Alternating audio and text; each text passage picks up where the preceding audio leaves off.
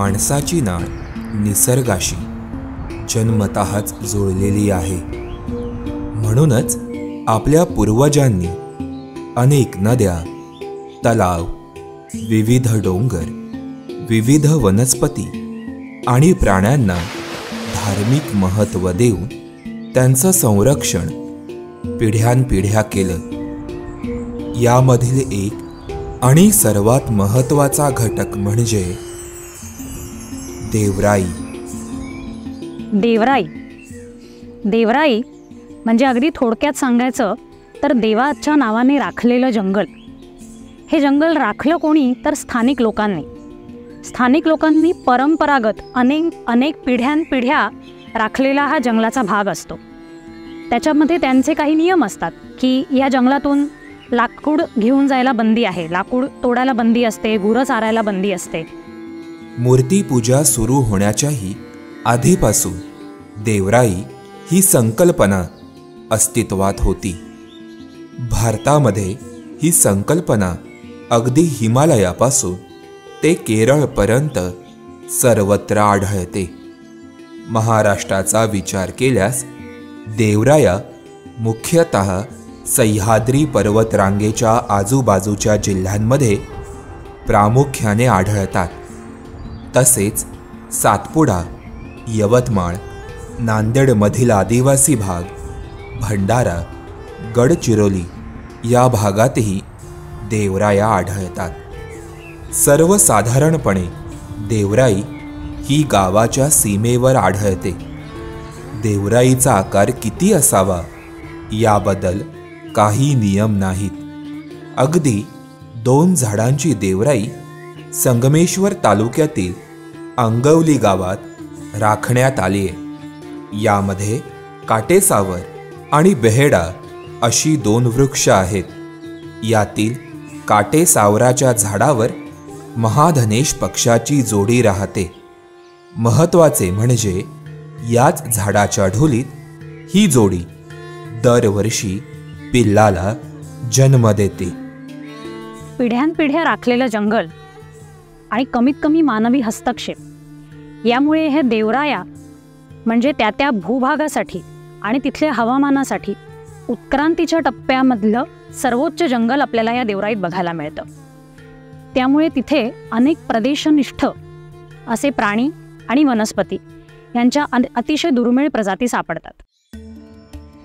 देवराया या घनदाट जंगलाबरोबरच जैवविविधतेसाठी प्रसिद्ध असतात. त्यामध्ये त्या परिसरातील मूळ जंगलामध्ये टिकून राहिलेली वनसंपदा पाहायला मिळते. शेकडो प्रकारच्या वनस्पतींच्या प्रजाती देवराईत आढळतात. तर देवराईत सापडणाऱ्या दुर्मिळ वनस्पतींमध्ये वेगवेगळ्या जातीची कंदील पुष्प, विविध प्रकारचे ऑर्किड्स आदींचा समावेश असतो. कोल्हापूर आणि रत्नागिरी जिल्ह्याच्या सीमेवरील आंबा गावात बुरशीसाठी प्रसिद्ध असलेली एक देवराई आढळते. या गावाचे ग्रामदैवत असलेल्या अंबेश्वराच्या नावानं राखलेली गर्दराई म्हणजे अंबेश्वर देवराई. या देवराईची खरी ओळख म्हणजे तिथे आढळणाऱ्या विविध प्रकारच्या बुरशी. साधारण 1000हून अधिक बुरशींची नोंद या देवराईतून करण्यात आली आहे. राज्याच्या किनारपट्टी भागातही आपल्याला देवराया पाहायला मिळतात. त्यामधील सिंधुदुर्ग जिल्ह्यातील किल्ले निवती या गावामधील देवराई महत्त्वाची आहे. समुद्र किनाऱ्याजवळ असणाऱ्या टेकडीच्या उताराच्या तळाशी ही डुंगोबाची देवराई वसली. या देवराईचं वैशिष्ट्य म्हणजे तिने गेल्या कित्येक वर्षांपासून राखलेलं कांदळवनांचं जंगल आणि त्यातील एक दुर्मिळ प्रजात.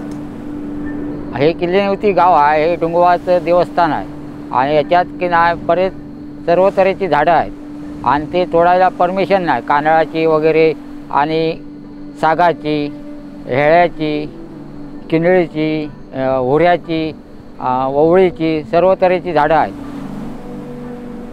किनाऱ्याजवळ असणाऱ्या या देवराईत कांदळवन आणि तिच्या सहयोगी प्रजाती मिळून एकूण 12 प्रजाती आढळतात.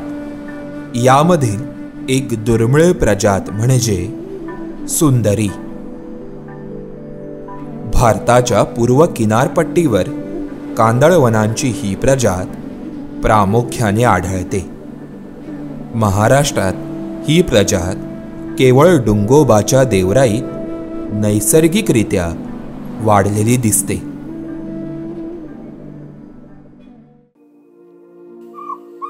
जैवविविधतेने संपन्न असलेली अशीच एक देवराई म्हणजे देवरुखमधील कोसुंबची देवराई. गावाची ग्रामदैवता देवी जुगाईची ही देवराई सस्तन प्राण्यांच्या विविधतेसाठी ओळखली जाते. अगदी शेकरूपासून खवले मांजराचा वावर या देवराईत दिसतो. मात्र या देवराईत सापडणारा विशेष प्राणी म्हणजे पिसुरी हरिण अर्थात माऊस डियर. हरिणांच्या प्रजातींमधील आकारानं सर्वात लहान असणाऱ्या या हरिणाचा अधिवास या देवराईत आहे. देवराया या आत्तापर्यंत परंपरेने संरक्षित होत्या. सध्याच्या पिढीला त्यांचं महत्त्व तितकंसं माहिती नाही आहे. याच्या पुढे आपल्याला या संवर्धनाच्या पद्धतीमध्ये कालानुरूप काही बदल करावे लागणार आहेत. देवराई पर्यटन किंवा कार्बन क्रेडिट्स अशा कालानुरूप बदलून नवीन पद्धतींनुसार जर प्रयत्न केले तर ह्या देवराया आपण पुढच्या पिढ्यांसाठी नक्की राखून ठेवू शकू.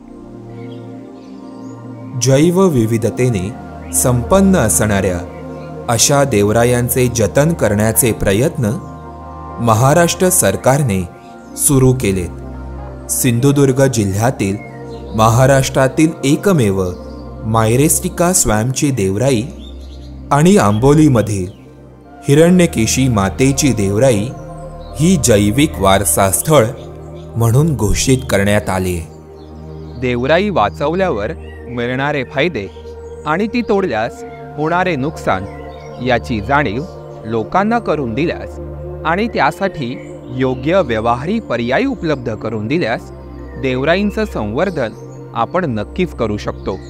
तुम्हाला आमचा हा व्हिडिओ कसा वाटला आम्हाला नक्की कळवा. धन्यवाद.